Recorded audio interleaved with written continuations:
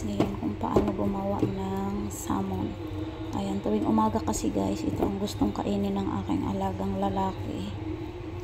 So, kailangan kong gumawa ng salmon niya. Simple lang yan guys. Yung ano siya, parang ano, yung flour siya na brown. Minamasa lang siya, hinahalo guys. Ayan. Ganyan yun guys. Ayan, ganyan yan.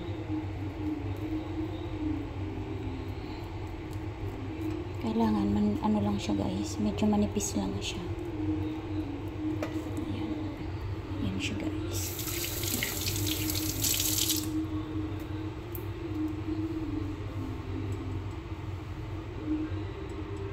Guys, yung black sesame seeds.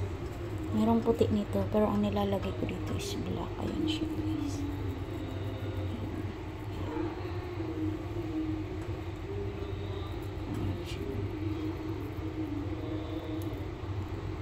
Ayan, tatakpan ko siya guys.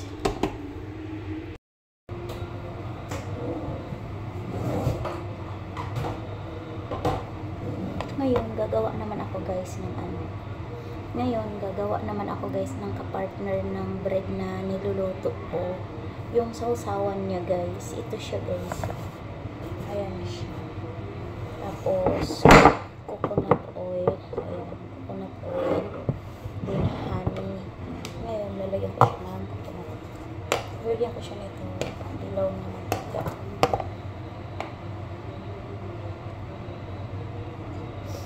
Ayan, konti lang siya guys.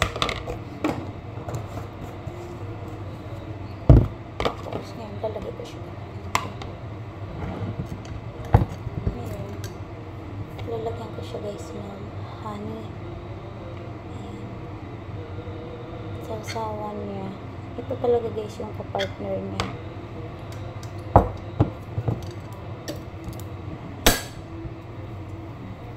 Para mapakita yung mukha.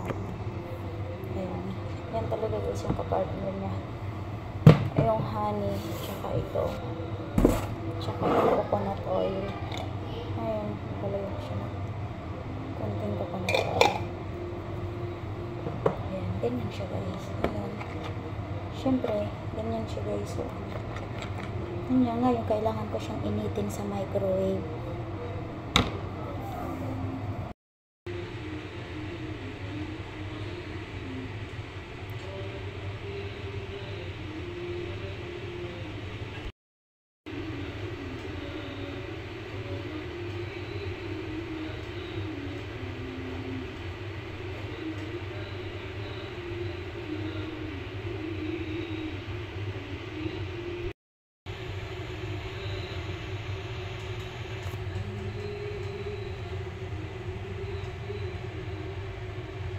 Then, ready na guys yung pagkain ng alaga ko.